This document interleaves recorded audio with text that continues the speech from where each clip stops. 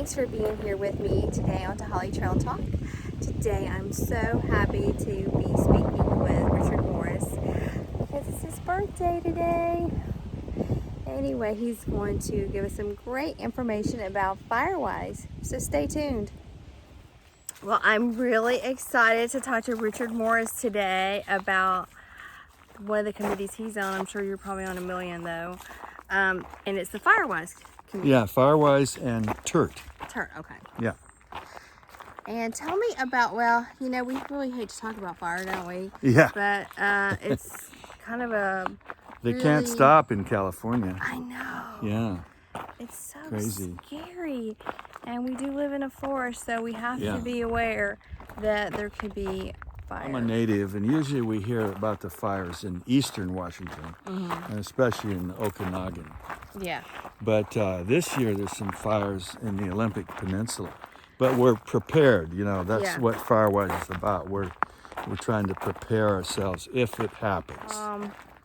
Okay, so to be a FireWise community, what all does that entail? Well, there's a national organization, FireWise, and it's tied into the fire prevention programs of every local government. Oh, okay.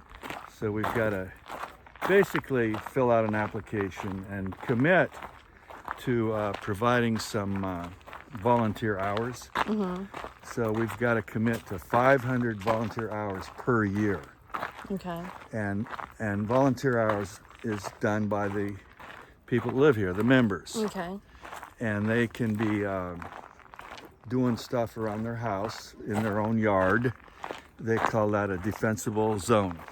And like, what are some of the things that you can do around your home? Your own Well, property? you can start with plants that are fire resistant. Okay. And we have a list of fire resistant plants.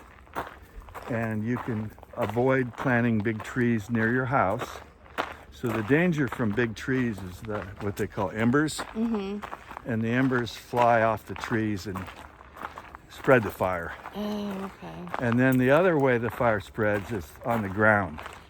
So you want to plant around your house, plant things that are fire resistant. Yeah. And we have a list of fire resistant plants. Yeah. Yeah, and I was reading like ground covers really help too. Yeah. Like sedum. Yeah. And I love those. I think they're so Yeah. pretty. I have one called brass buttons. Oh, really? Yeah. Yeah, they have Check that interesting names. out. Yeah.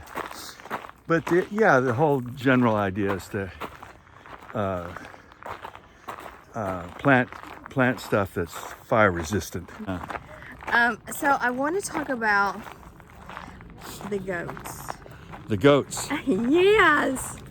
Well, that was an effort initiated by FireWise here in Trilogy. And we're walking fairly close to where they were. It was really? Okay. Over there. I could show you where it was. So the other trail, Okay. really. But in any case, the goats were hired, and they came along with a dog named Brutus. Brutus was their shepherd dog. Oh my God. And one day I went over there with my dog, which is a shepherd dog, and Brutus let us know we didn't belong there. Oh, really? He started barking at us. Oh, interesting. And he was saying, stay back, stay back. But the goats were hired. I think there were over 100, maybe 120. Oh, was there? Oh my gosh. And they ate everything they could eat on the ground. You know, the blackberries and all the weeds, but they cleared out a pretty large area. That is so smart. Yeah, but that area I'm talking about was a kind of a sloping hill. And it was, a fire hazard, really. Yeah. Everything there was dry, and that area was not watered, so it was dried up. That is so. Is that like common? Do a lot of people or communities use goats? Not that I know of. I heard about it when I lived up in Seattle. They would hire goats sometimes to come in and clear out the spaces underneath the freeway, the bridges. Really? Yeah. Yeah, they will eat anything. They'll eat anything. But this was the first time I heard about a dog being used to, to guard them. Yeah. So what do you do? Just look in the phone book under like? I don't know. I didn't have anything to do with that part of it. But they, maybe it was Goats R Us. Yeah, really. God, that's so clever. So are you on any other communities now? Well, I'm on the Welcome Committee. Oh, that's right. And I'm on this thing called TERT, Okay. which is an abbreviation for, I think it means Trilogy Emergency Response Team, TERT. Okay. And that's more about responding to an emergency. So the big emergency here, potential emergency, is the mountain blows up. Yeah, that would be good. And we could have earthquakes. Yeah. We could have severe weather. Anything that kind of could potentially harm our very homes. Yeah. That could be damaged by an earthquake, for example. Well, But TERT is also a national program. oh, it is? And we're tied into Pierce County Fire and Rescue, East Pierce County Fire and Rescue.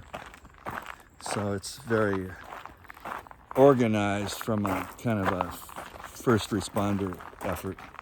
And we're going to have a fire station built, right?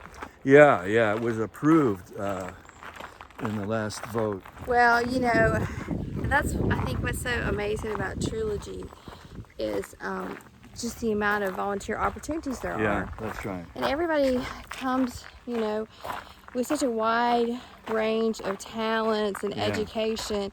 Yeah. And when everybody works together, it really becomes this beautiful place. That's right. Working together builds community. Yeah. My little kind of catchphrase is, together we build community. Yes. So thank you so much, Richard. I can't believe we had goats here and I didn't even know. I always learn so much from these little talks. And thank you. And if you like our videos, give us a thumbs up and subscribe. See you next time. You think I'm too tall? I think I'm just going to chop your head off. Okay. My arms get tired too. Oh my gosh. And that's sad.